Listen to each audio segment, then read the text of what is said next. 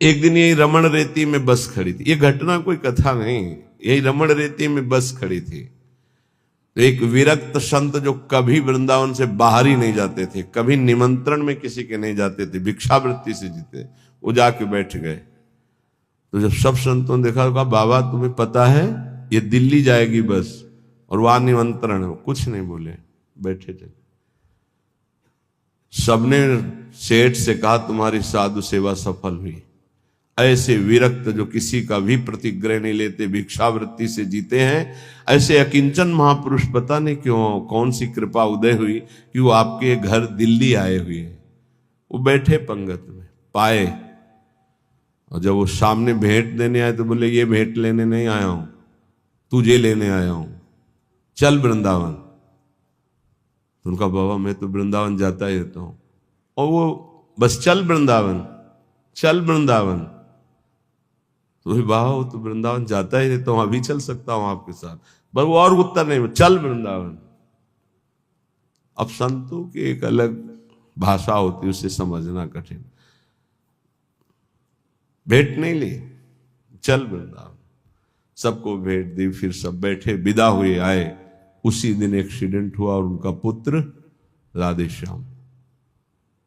अब हाहाकार मच गया, क्योंकि वही उनके ऐश्वर्य का अधिकारी था।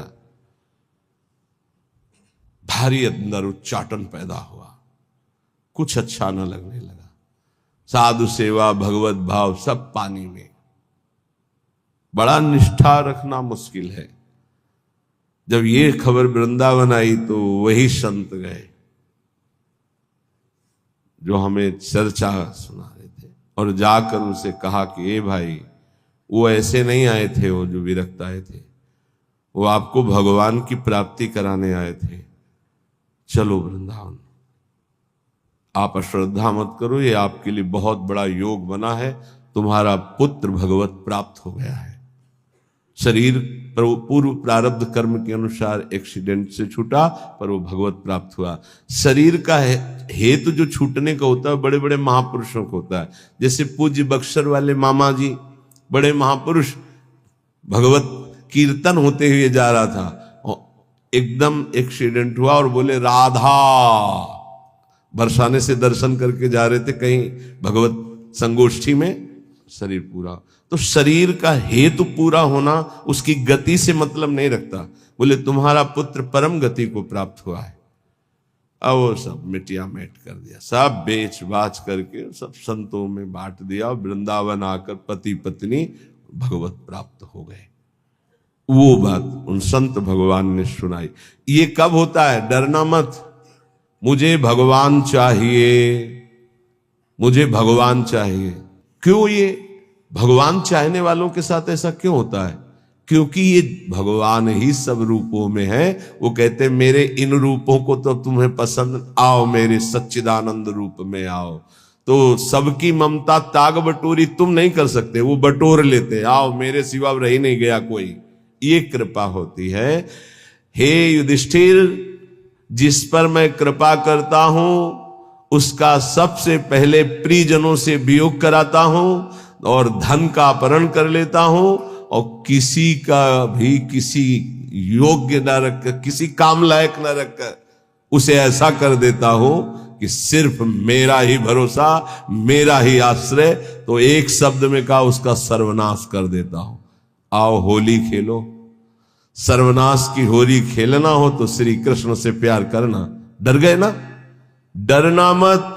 सर्वनाश का मतलब है तुम्हारी मृत्यु का नाश, तुम्हारे काम, क्रोध, लोभ, मोह, मद, मत्सर, हर विकार का नाश, और सच्चिदानंद स्थिति में। ऐसा नहीं है कि सबके धन का अपहरण कर ले। अम्बरीश जी चक्रवर्ती सम्राट, दशरथ जी चक्रवर्ती सम्राट, वृषभानु जी, नंद बाबा, बड़े बड़े महाभागवती हैं जिनके आंगन में भगवान घुटने के बल खेल रहे। कभी कभी भक्तों की अनेक जन्मों के संस्कार को भस्म करते हुए माया समेट लेते हैं। यही माया है, मयर मोर तोर तय माया। तो यहां कह रहे हैं जो अपनी वस्तु मानकर दान करता है उसे करोड़ गुना बढ़। ये अच्छा लगता है नहीं? ये अच्छा लगता है। एक देव करोड़ भंजाओ। और दूसरा है आपकी वस्तु आपको समर्पित वो सीधे आपको प्राप्त करेगा, प्रभु को। अनंत काल तक के लिए महान वैभव संपन्न सुख संपन्न प्रभु के समीप, जो हमारे प्रीतम है, जिनके हम अंश है, वास्तविक जो हमारे संबंधी है। ये तो सब संबंध का नाटक है, वास्तविक सत्य संबंध हमारा प्रभु से है। तो श्रीपाद कह बहुत सुंदर उपाय बता रहे, साधु सकनोश, यदि तुम ऐसा कर सको, संपूर्ण संसार स्वाप्निक है, इसका त्याग कर प्रिया प्रीतम का ध्यान करो। बोले बड़ा कठिन, कैसे करूं? बोले आओ वृंदावन रसिकों का संग करो, तन नाम जप, उनका नाम जप करो, नाम कीर्तन करो, लीला कथा सुनो, तुम्हारी प्रीति हो जाएगी प्रिया प्रीतम में। बोले बहुत कठिन है, इसमें भी मन नहीं लगता। तो फिर ऐसा करो, जो वृंदावन वासी विरक्त जन, उनको भोजन कराओ, उनके वस्त्र की व्यवस्था करो, उनके वास की व्यवस्था करो, उनके वास की सुविधा दो। वस्तु कोटि गुणम श्रुतम सुकृतम वासोन्न वासादि भी, वस्त्र और वास आदि की व्यवस्था, भोजनाच्छादन की व्यवस्था। तो बोले वास ही तू स्वयं ही तरते, वो स्वयं तर जाएगा। और दो तवस यत तारेत, और दो को तार देगा, आगे की पीढ़ी और पीछे की पीढ़ी, उनको भी तार देगा। प्रेमा